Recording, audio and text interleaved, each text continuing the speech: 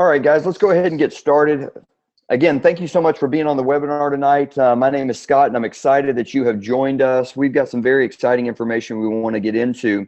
My background, just so you know, has been in technology. I've been in the technology industry for well over 20 years, and I have seen a lot of things. And I have never been more excited about an idea than the idea that I'm going to share with you right now. It would be important for you to maybe have a frame of reference. And something that we all know is Apple Computer.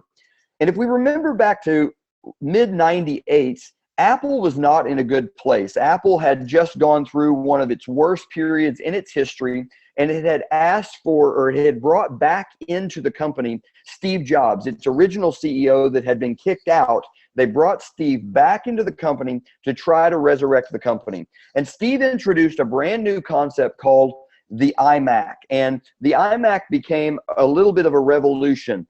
And at the time, the iMac changed a lot of things within the personal computing space. Having said that, the iMac captured a very, very small market share. At the time that Steve took over, Apple had less than 0.5% market share in the personal computing space.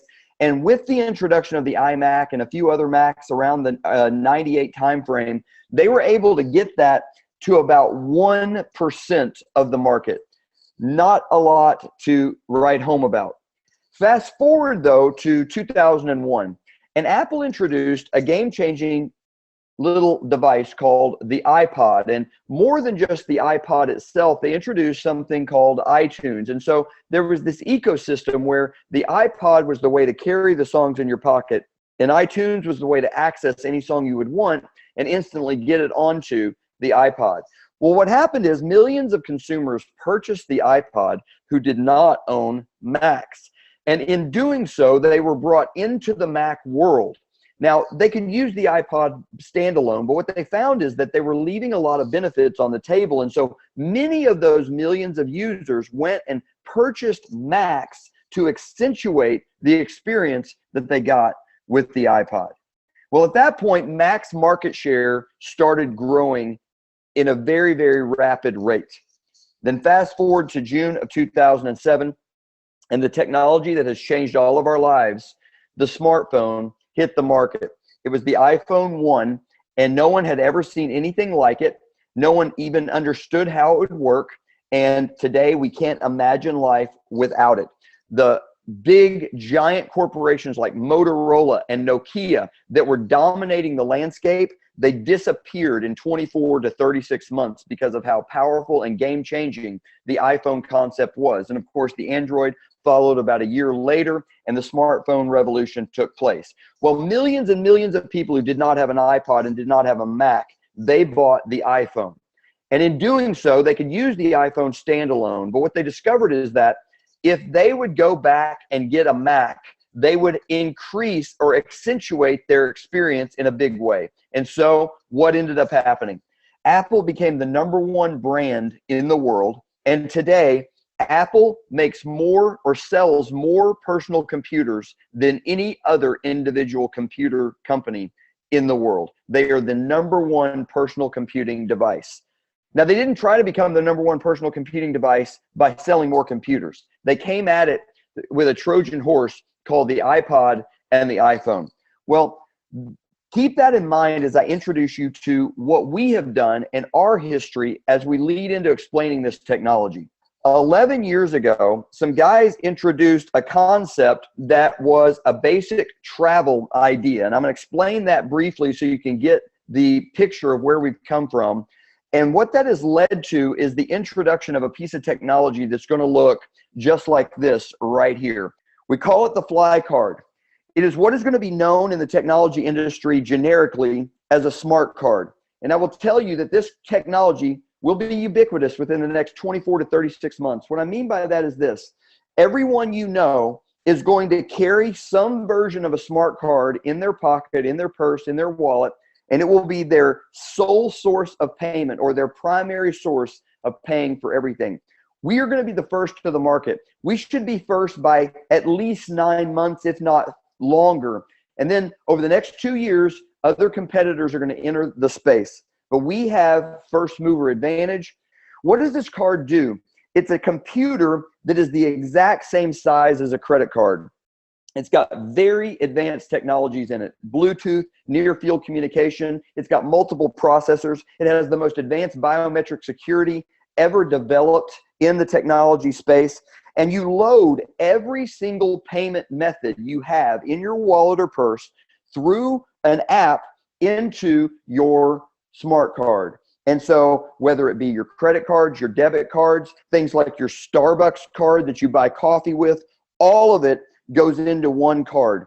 It is ultra, ultra secure. It is infinitely more secure than anything you're carrying in your wallet today. It is also ultra convenient. Whether you have ever thought about this or not, for instance, if you lose your wallet, if you lose your purse, you have to replace all those credit cards. And it's not just the process of canceling and then getting the new card sent to you. It's remembering where you've set up all the auto pays and going and setting all that. Well, with us, with this card, if you were to lose the smart card, first of all, you can wipe it clean within your app. Nobody can do anything with the information.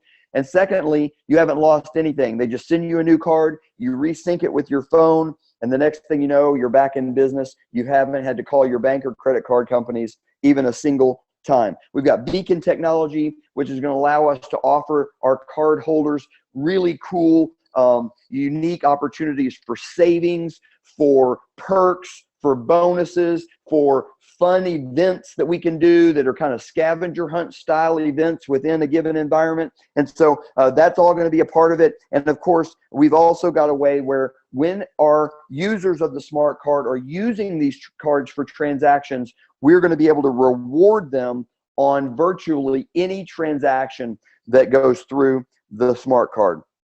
Some of you are probably saying, how could I take advantage of this technology? Is there a way I could actually profit from this technology, that I could actually earn income on the growth of this space? And the answer is absolutely yes. And this is why I am so fired up. This is why I believe we are sitting at a very, very historic moment. Let me just tell you a story. You see, in every technology space, there are what are known as early adopters. And the early adopters are the ones who are going to get the technology before everyone else, and they don't need all the questions answered. They don't need to know how everything works. In fact, they expect that sometimes it won't all work. And they're willing to accept some of that to be one of the first people in the world to have it.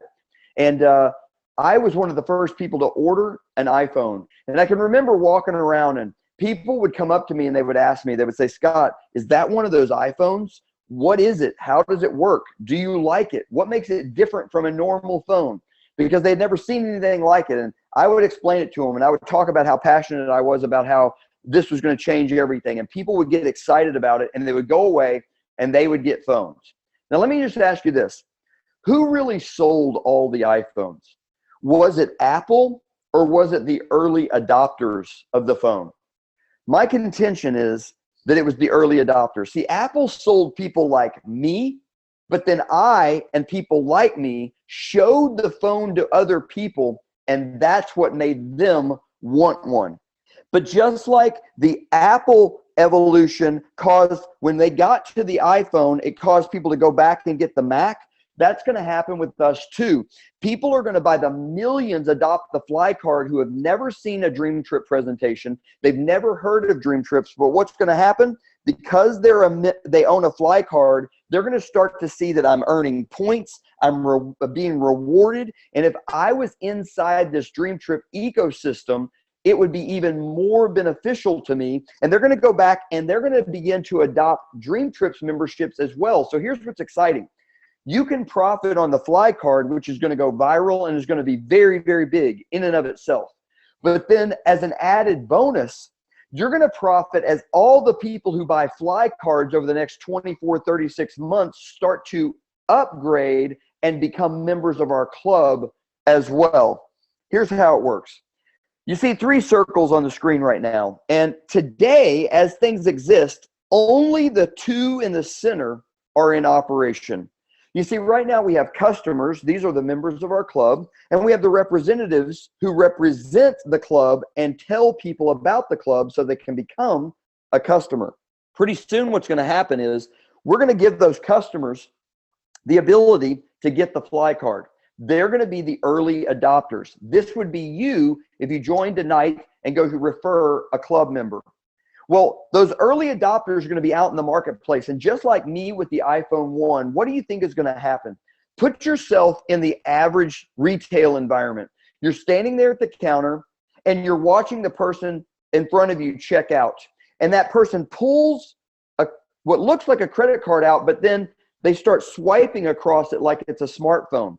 And it lights up and it starts blinking. And then you see them swiping again. And then they hand it to the cashier. What is your natural inclination? You're thinking, what is that? What happens to me with the phone is people will come up to you and say, what is that? Where did you get it? What does that do? And you explain to them, this is just the way that everybody's going to pay for everything. And at that point, we as early adopters will tip over the dominoes that will lead to millions of Flye cards being sold.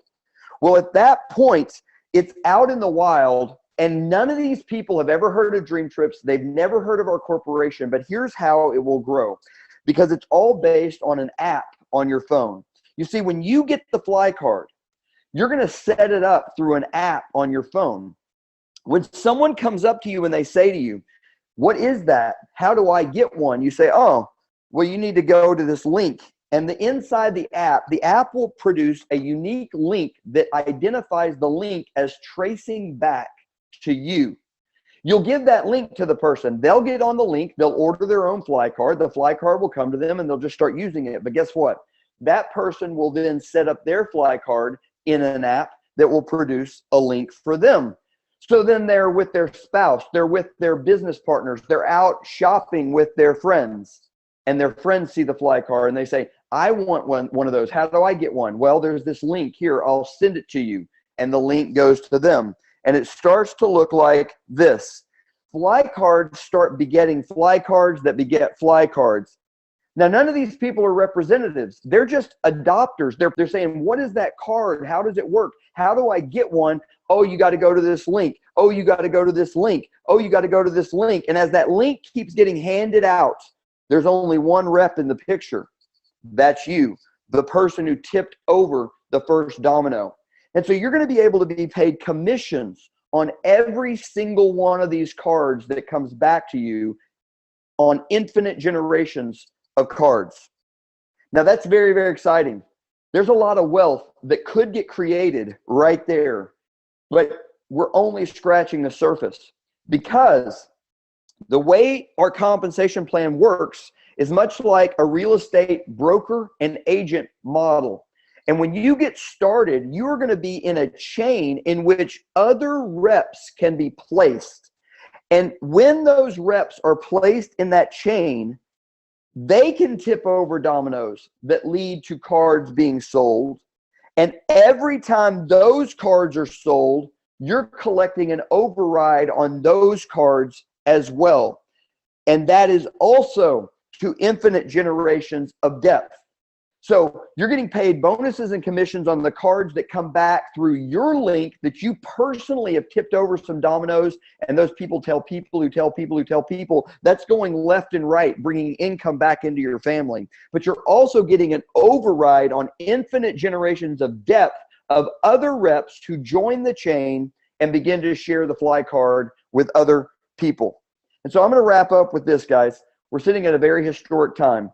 There will be one time in history that we turn the lights on this idea.